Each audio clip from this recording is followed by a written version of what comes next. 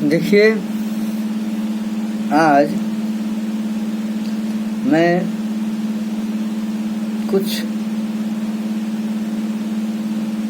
सामाजिक एवं सांस्कृतिक विकास एवं जागरण के युग की ओर आप सबों को ले जाने का प्रयास कर रहा हूँ। सामाजिक एवं सांस्कृतिक भारत का स्थान क्या था, सामाजिक दृष्टिकोण से, सांस्कृतिक दृष्टिकोण से, आर्थिक दृष्टिकोण से, मानसिक दृष्टिकोण से,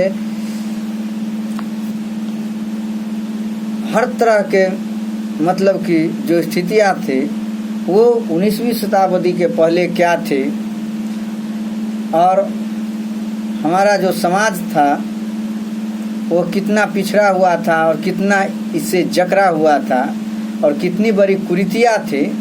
इन कुरीतियों को समाप्त करने में और इसमें सफलता हासिल करने में भारत के बहुत से युग पुरुष पैदा हुए जिन्होंने संघर्ष करके एक मानव का नया जीवन का आधार दिया और जवाने को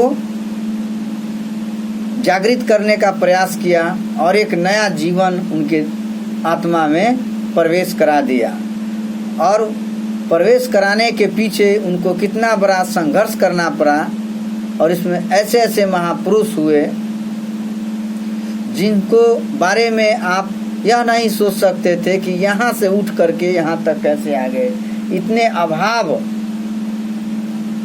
अभावों के बाद, अभावग्रस्त परिवार में जन्म लेने के बाद अपने संघर्ष और आत्मबल के बल पर ये भारत को क्या दिए और क्या इतिहास के पन्नों में इन्होंने अपना रूप दिया, इनके बारे में मैं विशेष रूप से जानकारी देने जा रहा हूँ।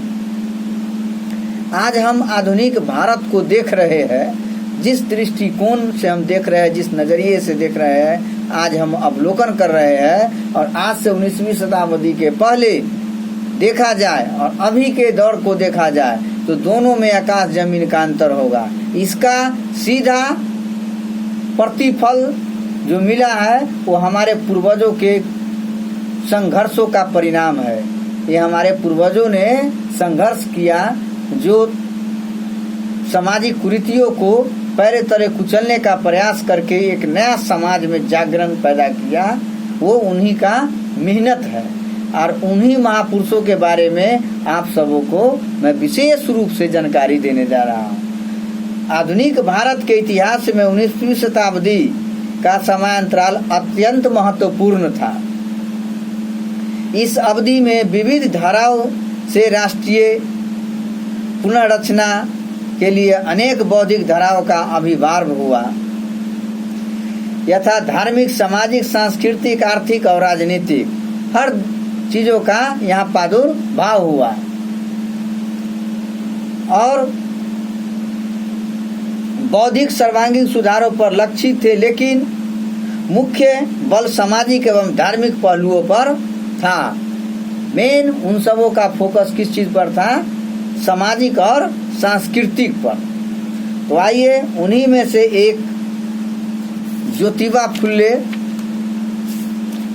है।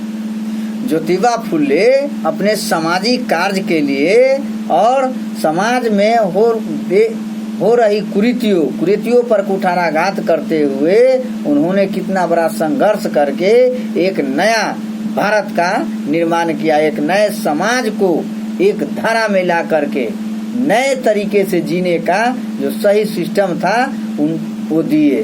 तो आइए ज्योतिबा फुले के बारे में थोड़ा बहुत हम जानकारी प्राप्त कर ले। ज्योतिबा फुले का जन्म 1827 में पुणे में एक माली परिवार में हुआ था। ज्योतिबा फुले का जन्म 1827 में एक माली परिवार में हुआ था। उनका उस परिवार का दयनीय स्थिति बहुत जर्जर थी। वहाँ से कोई भी मानव यहाँ तक नहीं पहुँच सकता था और भारत को दिव्य दृष्टि देखने के लिए भारतीय और सामाजिक आर्थिक स्थिति को भारत के सामाजिक और आर्थिक स्थिति को दिव्य दृष्टि से कोई भी इंसान उस वक्त नहीं देख सकता था। जो एक उभरता सितारा ज्योतिबा फुले, जो आत्म और साहस के बल पर उन्होंने भारत का नया स्वरूप दिया। तो वे 1827 ईस्वी में पुणे में एक माली परिवार में जन्म हुआ था। उनका मृत्यु 1890 में हो चुका था। समझे ना, पूरा नाम ज्योतिबा गोविंद राव फुले था। ज्योतिबा गोविंद राव फुले था। उनका संगठन जो था, संगठन 1873 में तेलंगाना के सहयोग से जाति भेद विहीन एवं छुआछूत विरोधी संगठन सत्य शोधक समाज की स्थापना। शिक्षा जो प्राप्त किए थे 1848 में, शिक्षा के क्षेत्र में उन्होंने जो कार्य किया था और शिक्षा प्राप्त जो किए और जो शिक्षा का सही रूप दिए, शिक्षा का सही प्रारूप तैयार करके वो समाज में दबे कुचले जो उस समय जातियां थी, उन जातियों को ऊपर उठाने का जो मतलब कि कार्य किए, खास करके शिक्षा के क्षेत्र में, वो 1848 ईस्वी में। उस समय ब्राह्मण के अलावा दूसरा जात को स्कूल में जाना निषेध समझा जाता था। दूसरे संप्रदाय के लोग शिक्षित नहीं हो पाते थे, सही से शिक्षा नहीं ग्रहण कर पाते थे और खास करके उस समय की जो बालिका थी वो गैर शिक्षित थी, उनको शिक्षा लेने का कोई अधिकार नहीं था। तो इसी चीज को, सामाजिक बुराई को देखते हुए 1848 में गैर ब्राह्मण बालक एवं बालिकाओं हेतु प्राथमिक विद्यालय की स्थापना की। 1851 में शिक्षिका एवं समाज सेवी पत्नी, उनका पत्नी जो थी 1851 में समाज सेवी पत्नी सावित्रीबाई फुले के सहयोग से पूना में निम्न वर्ण की बालिकाओं के लिए प्राथमिक विद्यालयों की स्थापना की थी। प्राथमिक विद्यालयों की स्थापना किए थे और ऐसा इसीलिए किए कि उस समय शूद्र जात को जो बहु बेटियां थी, शूद्र जात की जो बालिका थी, वह विद्यालय में नहीं पढ़ने जाती थी, उनको पढ़ने नहीं दिया जाता था।